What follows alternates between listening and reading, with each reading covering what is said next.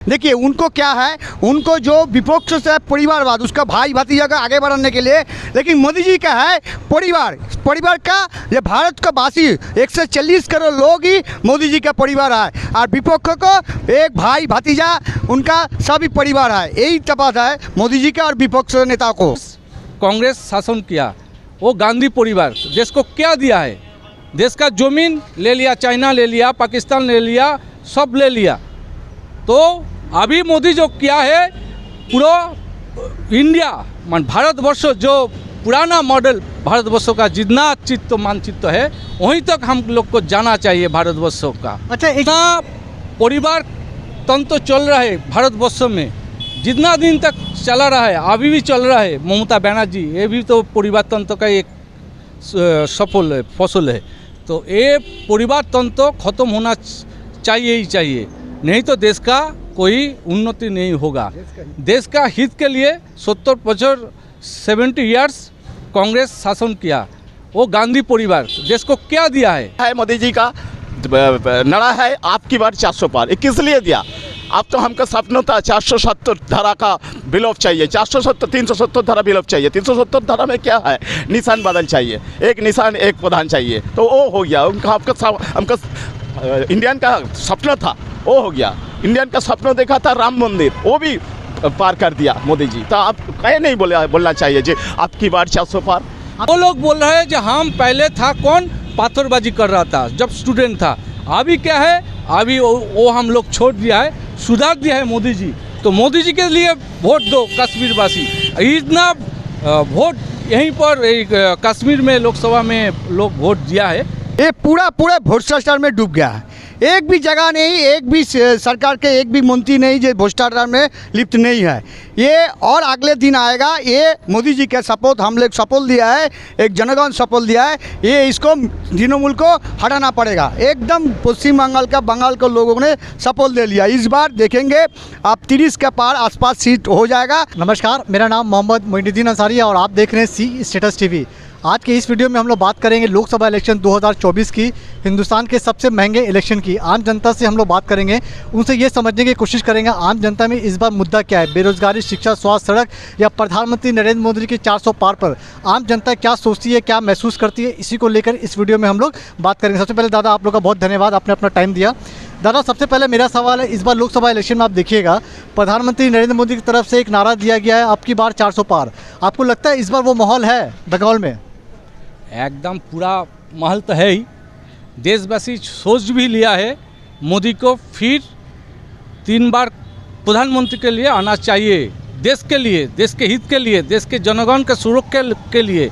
इसका बेरोजगार के जो मुद्दा है, यंग लोगों का जो रोजगार है, ये एकमात्र मोदी दे सकता है और दूसरा कोई नहीं नेता दे सकता है। एक चीज़ बताइए, आप देखिएगा बेरोजगारी को लेकर आज जो इंडिया गठबंधन है, शिक्षा को लेकर, स्वास्थ्य को लेकर जो घेरती है प्रधानमंत्री नरेंद्र मोदी को, आम जनता में इसका कोई असर हो रहा है? नहीं, कुछ नहीं हो रहा है। क्यों? जो आदमी, देश का आदमी देख लिया है। उत्तर प्रदेश में जब मुलायम सिंह का सरकार था और अभी जोगी जो आया, जोगी जी जो जैसा माफिक उत्तर प्रदेश सरकार चला रहा है, वो देशवासी तो राज्यवासी तो देख रहा है उत्तर प्रदेश। तो देखने का बाद कैसे वो मुलायम जी का पुत्र का फिर सरकार ले आएगा? कोई नहीं होगा। ये दोबारा 3 बार के लिए देश का प्रधानमंत्री नरेंद्र मोदी जी होगा।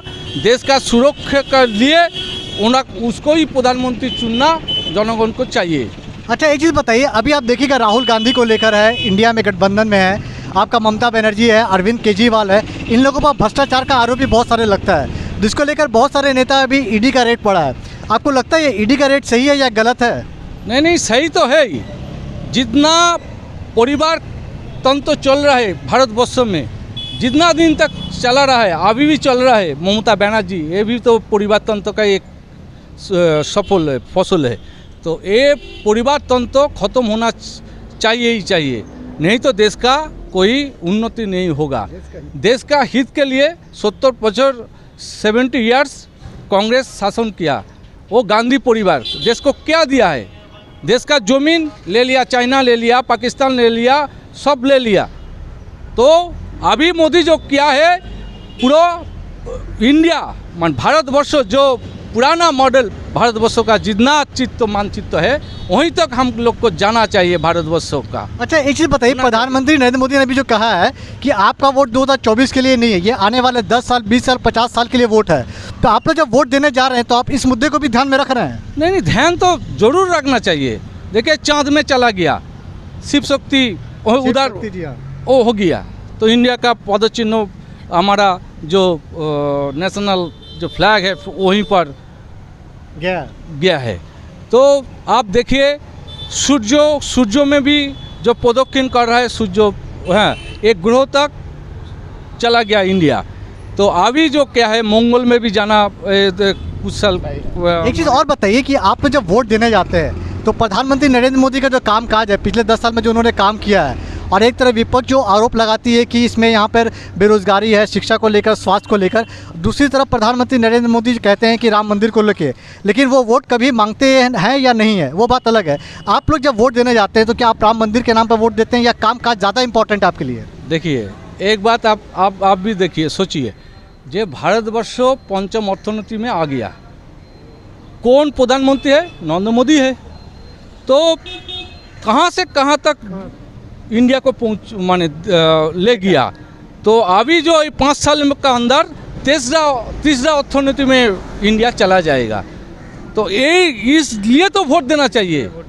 फिर उन्होंने 500 बरस 500 ईयर्स जो मुद्दा था राम मंदिर, बहुत लोग प्राण दिया, हिंदू लोग प्राण दिया, फिर भी मंदिर नहीं बन पा रहा था।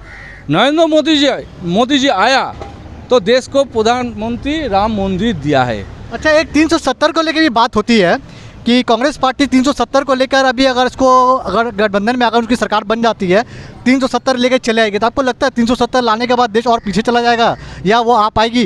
देख कोई भी नहीं आएगा। कश्मीर का जो मानुष है, जनगण है, वो नहीं चाहे 370 आने नहीं देगा। क्यों नहीं देगा? देखिए आप बहुत चैनल में देख रहा हूँ, हम जो वो कश्मीर वासी जो है वो लोग बोल रहे हैं कि हम पहले था कौन पत्थरबाजी कर रहा था जब स्टूडेंट था, अभी क्या है, अभी वो हम लोग छोड़ दिया है, सुधार दिया है मोदी जी। तो मोदी जी के लिए वोट दो कश्मीर वासी। इतना वोट यहीं पर कश्मीर में लोकसभा में लोग वोट दिया है, ये बहुत ज़्यादा वोट दिया है। अच्छा एक चीज़ बताइए कि अभी जो आपको इलेक्शंस को लेकर बहुत सारा आरोप लगता है ईवीएम को लेकर, अभी कहीं ना कहीं एक जो मीडिया है वो भी बता रहा है कि अगर ये लोग हारते तो पूरा ठीक रहा, ये लोग ईवीएम को ऊपर जाके ठोकेंगे।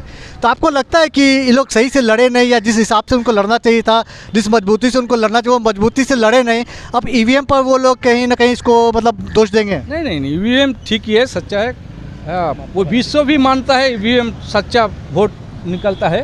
तो उन लोगों का एक रास्ता है हारने का जो बचने का जो होता है वो एक ईवीएम के बाद बोल रहा है, लेकिन हम लोग श्योर हो गया ये हारना तय है, इसीलिए ईवीएम के अभी तक वोट खत्म नहीं हुआ, ईवीएम के बाद चलाया हम लोग तय है। ये बोलेगा शाम को जो होगा ना 4 तारीख को, उसके बाद ममता जी की पहले बोलना चाहिए होगा, इसके बाद पूरा इंडिया बोलेगा ईवीएम।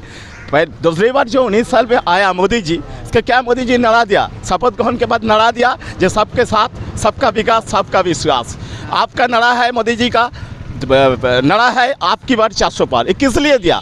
अब तो हमको सपनों था 470 धारा का विलोप चाहिए, 370 धारा विलोप चाहिए। 370 धारा में क्या है, निशान बदल चाहिए, एक निशान एक प्रधान चाहिए, तो वो हो गया। उनका हमको इंडियन का सपना था वो हो गया। इंडियन का सपना देखा था राम मंदिर, वो भी पार कर दिया मोदी जी। तो आप कहीं नहीं बोलना चाहिए जी आपकी बार 400 पार। आपकी बार 400 पार अगर आता भी है या 300 सीट भी आई है तो कहीं ना कहीं उनको हिंदू और मुसलमान दोनों का वोट मिला है। किसी एक कास्ट का तो अगर जो लोग आरोप लगाते हैं सिर्फ हिंदू वोट देती है, ऐसा तो नहीं है। अगर 400 सीट भी आएगी तो कहीं ना कहीं मुसलमान का भी तो उसमें योगदान होगा। सही बात है। देखिए हमने तो पहले ही मोदी जी ने नारा दिया था सबका साथ सबका विश्वास, तो सबको लेकर हम चलते हैं, किसी को एक जाति एक धर्म का आधार पर हम नहीं चलते, मोदी जी नहीं चलते। देखिए उनको क्या है, उनको जो विपक्ष से परिवारवाद, उसका भाई भतीजा का आगे बढ़ाने के लिए, लेकिन मोदी जी का है परिवार का, ये भारत का वासी 140 करोड़ लोग ही मोदी जी का परिवार है, और विपक्ष को एक भाई भतीजा उनका सभी परिवार है। यही तफावत है मोदी जी का और विपक्ष नेता को। और आपका देखिएगा अभी बंगाल में देखिएगा 42 सीट है, ठीक है। तो आपको लगता है कि 42 सीट जो अभी हो गया है तो यहाँ पर कहीं ना कहीं बीजेपी इस बार पहले से अच्छा प्रदर्शन करेगी? नहीं, अच्छा तो होगा ही। 30 का हम लोग सोचता है, 30 को हमको मिलेगा ही। 30 प्लस 30 प्लस एकदम 30 प्लस लग रहा है। आपके जो मोदी जी में बोला है ना 30 पार, हमको एकदम 30 प्लस हो जाएगा, आर पार हो जाएगा। ममता बनर्जी का आर पार हो गया। आपको लगता है जो पिछले बार जो ममता बनर्जी जो इलेक्शन लड़ रहे थे उस वक्त उतना गंभीर आरोप नहीं थे करप्शन के, लेकिन इस बार आरोप बहुत ज़्यादा करप्शन के हैं। पिछले दोनों 19 में देखिएगा, 24 में देखिएगा, तो कहीं ना कहीं आपको लगता है करप्शन कहीं ना कहीं टीएमसी को कहीं ना कहीं अंदर से खोखला कर रही है? नहीं, जो लड़ा दिया ना, जो ऐसा हो गया अभी हिंदुस्तान के बाद वेस्ट बंगाल में जो हो गया, ये कोई होने वाला नहीं था।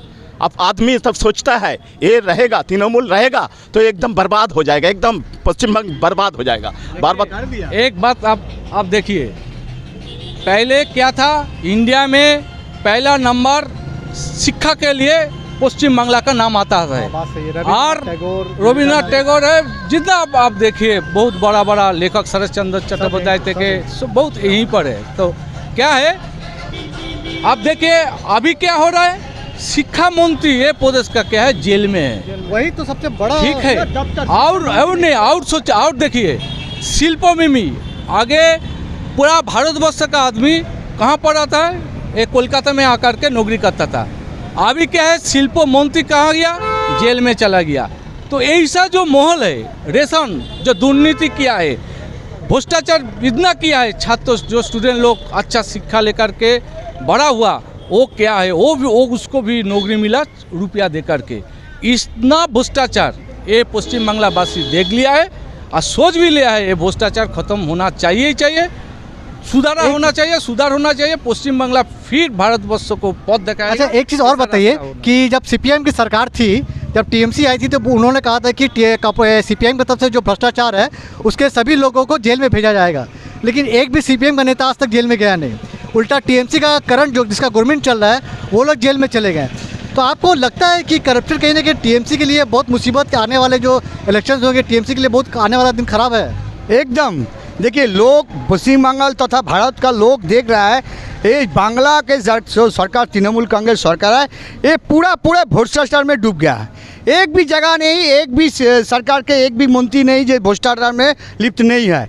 ये और अगले दिन आएगा। ये मोदी जी का शपथ हम लोग शपथ दिया है, एक जनगण शपथ दिया है, ये इसको तृणमूल को हटाना पड़ेगा। एकदम पश्चिम बंगाल के लोगों ने शपथ ले लिया। इस बार देखेंगे आप 30 के पार आसपास सीट हो जाएगा और ये जितना दिन जाए ज़्यादा दिन सरकार नहीं पाए, ख़त्म हो जाएगा। एक चीज़ आखिरी सवाल आप लोगों से कि अभी आप देखिएगा कि 42 सीट है, ठीक है।